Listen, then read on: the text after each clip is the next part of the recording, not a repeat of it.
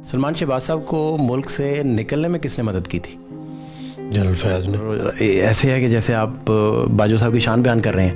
नहीं, शान नहीं बयान कर रहा, उनकी बड़ी गलतियां भी हैं। उन्होंने बहुत सारी गलतियां की। उन्होंने अब वो वाहिद चीफ ऑफ आर्मी स्टाफ है जिनके ज़माने में 2 हुकूमतों को का धड़न तख्ता हुआ। मुझे अब ये आपसे जानना है कि इमरान खान साहब जब पावर में थे तो नवाज शरीफ साहब बाहर थे, चले गए डील करके जब गए। दोस्तों, मैं और रिजवान सुल्तान और आप देख रहे हैं मेरा डिजिटल चैनल। सब जानते हैं कि सुहेल वड़ाई जो है वो पीडीएम के हमायती हैं और कट्टर पीडीएम की हमायत करते हैं, लेकिन इसके बावजूद उन्होंने वही बात की जो इमरान खान बड़ी देर से करते आ रहे हैं कि जब मेरी हुकूमत थी तो मैं एहतसाब करना चाहता था। ये इंपोर्टेड सरकार का, ये करप्ट लोग जो हैं, चंद फैमिलीज़ हैं, इनका एहतसाब करना चाहता था जो इन्होंने मनी लॉन्ड्रिंग की और बड़ा मुल्क का पैसा लूटा। लेकिन मुझे इस्टेब्लिशमेंट या जनरल बाजवा साहिब जो हैं वो नहीं करने देते थे। लेकिन सब कहते थे कि जो पीडीएम वाले हैं वो कहते थे, पटवारी लोग, कि इमरान खान गलत बयानियाँ बनाता है, झूठ बोलता है। आज वही बात सुहेल वड़ाइच ने की कि बाजवा साहब बड़े नरम दिल इंसान थे और ये चाहते नहीं थे कि नवाज शरीफ या जरदारी किसी को भी सज़ा मिले और कोई भी जेल में सड़े। तो इस वजह से बाजवा ने इनकी पूरी हमायत की। इसके अलावा उन्होंने कुछ इंकशाफात जनरल फैज़ हमीद के बारे में भी किए, वो भी सुनिए, फिर इस पर तबसरा करते हैं। असेंबली डिसॉल्व हुई तो पीडीएम का मुस्तकबिल फिर क्या देखते हैं आप? पीडीएम को बड़ी स्ट्रगल करनी होगी जीतने के लिए। सलमान शहबाज साहब को मुल्क से निकलने में किसने मदद की थी? जनरल फैज़ ने।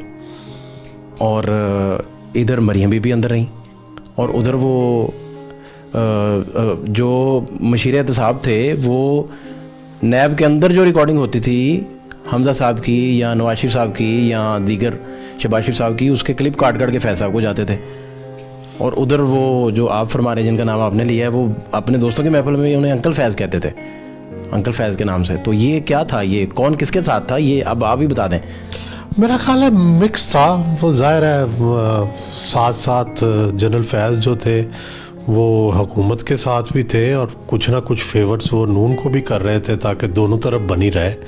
लेकिन ज़ाहिर है अल्टीमेटली दोनों तरफ बनी नहीं रहती, आपको एक चॉइस करनी पड़ती है। वालिद अंदर थे, बेटा बाहर निकाल दिया तो ये क्या मतलब, ऐसे कैसे बन सकती है? कि वो सॉफ्ट कॉर्नर अपना रखना चाहते थे और लेकिन ज़ाहिर है ऐसा मुमकिन नहीं होता। पर अल्टीमेटली हर एक ने फ़ैसला कर लिया कि जनरल फैज़ के साथ रहना है कि ख़िलाफ़ जाना है। ज़्यादातर पीडीएम जो सारी थी वो ख़िलाफ़ चली गई।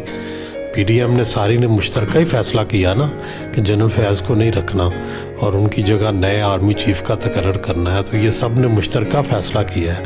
तो इससे लगता है कि उनकी क्या फीलिंग्स थी जनरल फैज़ के बारे में। मुझे अब ये आपसे जानना है कि इमरान खान साहब जब पावर में थे तो नवाज शरीफ साहब बाहर थे, चले गए डील करके जब गए। जानना आपसे ये चाह रहा हूँ कि ये डील की क्या बुनियाद थी, इसका बाजवा साहब को जो बाद में इन्होंने वोट वगैरह डाले और एक्सटेंशन का जो कानून बनाया उसके साथ मशरूत थी, या डील में कौन कौन से किरदार थे उस वक़्त? नहीं, मेरा नहीं ख्याल। वो ये 2 अलग अलग चीज़ें थी। एक्सटेंशन के बारे में अलग मामला तय हुआ था और बाहर जाने के बारे में अलग तय हुआ था। वैसे जनरल बाजवा जो थे ज़रा नरम दिल आदमी थे, वो किसी को भी उन्होंने सख्ती में नहीं डाला, चाहे वो आसिफ जरदारी की जेल थी या नवाज शरीफ की जेल थी। ये आप क्या कह रहे हैं? और इतनी सादगी से आपने, और ये क्या आपने क्या बात कर दी? और देखें कितने आपने, वो सुनने वाले के कानों को भी भली लगी है, आपके लहजे में भी बड़ी नरम गोई है और ऐसे है कि जैसे आप बाजवा साहब की शान बयान कर रहे हैं। नहीं, शान नहीं बयान कर रहा, उनकी बड़ी गलतियां भी हैं। उन्होंने बहुत सारी गलतियां की। उन्होंने अब वो वाहिद चीफ ऑफ आर्मी स्टाफ है जिनके ज़माने में 2 हुकूमतों को का धड़न तख्ता हुआ। आपने पहले नवाज शरीफ का धड़न तख्ता किया, फिर इमरान का धड़न तख्ता किया। आमतौर पे कोई आर्मी चीफ भी एक धड़न तख्ता कर सकता होता है। बात यह कि आप इलेक्शन एक्सपर्ट गिने जाते हैं। 3 महीनों के अंदर अगर इलेक्शन हो जाते हैं, बुरी सेटअप आता है 3 महीने बाद, अगर 3-4 महीनों में, तो इमरान खान 2/3 से वापस आ जाएंगे। अभी जो आप देख रहे हैं 2/3 तो नहीं, लेकिन मेजॉरिटी ले जाएंगे। इमरान खान ने अपनी तकरीरों में बहुत बार कहा कि नैब मेरे कंट्रोल में नहीं थी, अगर मेरे कंट्रोल में होती तो मैं एहतसाब कर लेता। लेकिन जब भी मैंने एहतसाब करने के लिए मुकदमे किए और नैब को कहा कि एहतसाब करो, तो इस्टेब्लिशमेंट की तरफ से ऐसा प्रेशर आया और उन्हें फोर्स किया गया कि इनका एहतसाब नहीं करना, क्योंकि एस्टेब्लिशमेंट नहीं चाहती थी कि इमरान खान का कंपेटिटर ख़त्म हो जाए और इमरान खान जो है वो एक मोनोपली इमरान खान की बन जाए और इमरान खान खुद ही राज करता रहे। एस्टेब्लिशमेंट हमेशा चाहती है कि जो भी हुक्मरानी कर रहा है उसके मद्दे मुकाबिल कोई ऐसी पार्टी हो जो उस हुक्मरान के लिए थ्रेट हो, जिसकी वजह से इस्टेब्लिशमेंट उस हुक्मरान पे प्रेशर बढ़ा के अपनी बातें मनवा सके। यही बातें इमरान खान करते रहे और वही बातें आज सुहेल वड़ाइच ने की। एक मैंने पहले वीडियो बनाई, उसमें यही बात मैंने पहले बताई कि हामिद मीर ने भी कहा कि हमने भी नवाज़ शरीफ के बारे में बड़ी सिफारिशें की और नवाज़ शरीफ को बाहर भगाने में, उसको फ़रार करवाने में हमने बड़ी मदद की नवाज़ शरीफ की।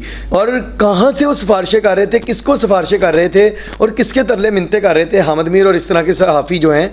ज़ाहिर बात है वो एस्टेब्लिशमेंट के तरले कर रहे थे कि नवाज शरीफ को किसी तरह फरार करवा दो, इसको भगोड़ा कर दो और ये मुल्क छोड़ के भाग जाए ताकि वो बाद में नवाज शरीफ से बेनिफिट्स ले सकें। तो यही बात आज सुहेल वड़ाइच ने साबित कर दी। सुहेल वड़ाइच का ये भी कहना था कि जनरल फैज़ हमीद दोगली पॉलिसी पे अमल कर रहे थे, वो PDM का साथ भी देते थे और PTI का भी। दोस्तों आप सब ने कमेंट्स में बताना है क्या सुहेल वड़ाइच का ये बयानिया ठीक है या सुहेल वड़ाइच गलत बयानी कर रहे हैं। अवाम बेहतर जानती है कि जनरल फैज़ हमीद किसकी साइड पे थे, क्या वो दोगले थे या PTI की हमायत करते थे या PDM की हमायत करते थे। अपनी राय का इज़हार कमेंट्स में ज़रूर कीजिएगा। अगली वीडियो में मिलते हैं, तब तक के लिए अल्लाह हाफिज़।